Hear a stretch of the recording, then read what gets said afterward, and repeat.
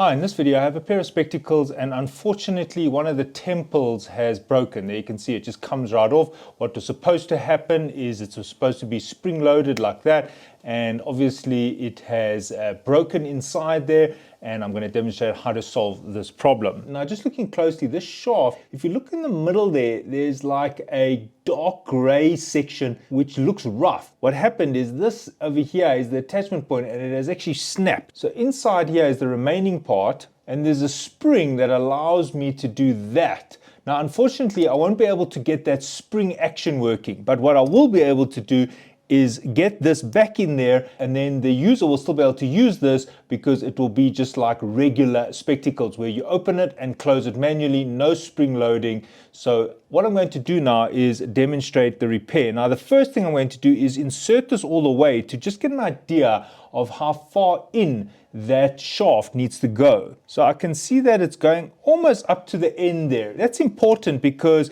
if it's seated too far in there, what will happen is I won't be able to get that screw in afterwards once I've put that in. So I'm going to show you what I mean by that in a second. So I need to open that screw. Sometimes it's a star screw and sometimes it's a flat. So I'm just unscrewing it. Don't lose that screw. Right, so there's the screw. It is really small, so I'm just putting it down here. Right, so there's that shaft. Notice I've pushed it all the way in. If I fuse it in there like that, it's going to be incorrect because it needs to be a little bit out. What you can also do is compare it to the other one. For example, look at that gap there. That's the gap that I'm trying to match. So if I put this shaft in too far, what's going to happen is when I try and insert the screw, it won't allow me. So I've measured it now and I can see that it's just a little bit proud, just a tiny bit proud. So it's not quite all the way in there. So that's too far in.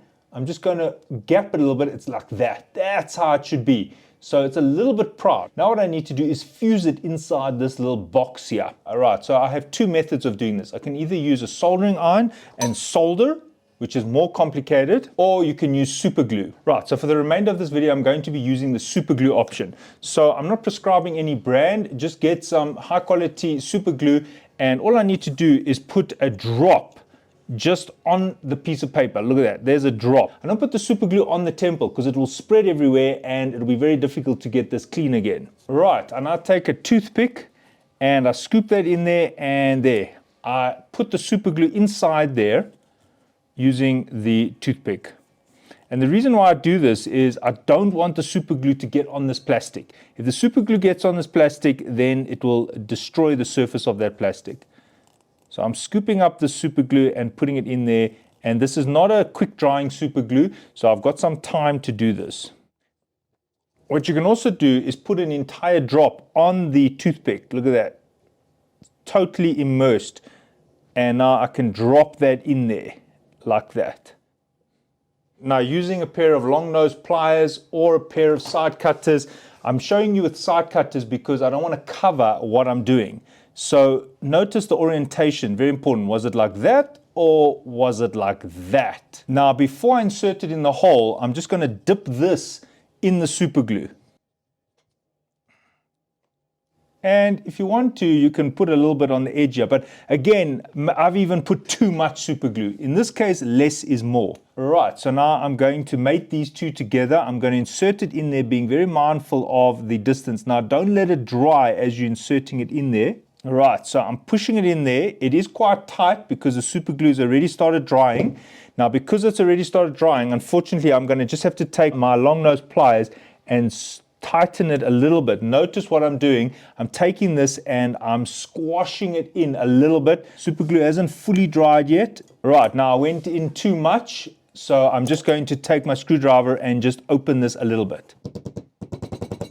Right, so it's still a bit proud there. Right, now I can put it onto the frame. Right, so there's the screw. I'm just going to tighten it now. Right, the screw is in place. There is the open position. There is the closed position. Now what I'm showing you here is this position here is why I let it stay proud. If you notice on this particular fitting, it's got a square body here. Sometimes it's just rounded. Now the reason why it's square is it's supposed to snap in place. You see, there's the spring in action. Look, it kind of opens and closes by itself. That's because of that hard angle there, that 90 degree. So in this case, because there's no spring, it must clear that edge. and that is why I left it proud. Now, because there's no spring, you might want to make this a little bit tighter so it doesn't wobble, and in this case, I've done exactly that. You can see the spring side, it's all wobbly, it's quite used. The side that I've repaired is now like regular spectacles, as you can see.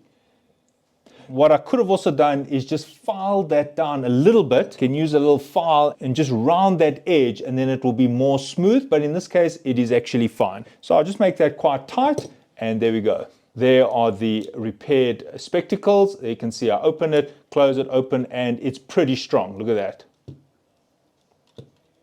This is the repaired side and still very good. Even if I try and flex it beyond, notice how the entire frame is bending rather than it coming out of that slot over there. If you're comfortable working with a soldering iron, you can also do this repair with the soldering iron. The soldering iron is superior in that if I've made a mistake, I can just heat it up and then realign it. The problem with the super glue is you've got to be very quick. So be very quick when you're inserting the pin back in this holder over here. If, for example, you can't get the pin in because the super glue is dried, you can just take a piece of wire and then turn it inside there to remove the super glue and then try again. You can also take a soldering iron tip and push it into the hole over here to melt the super glue to restart the process. Thanks for watching, and cheers.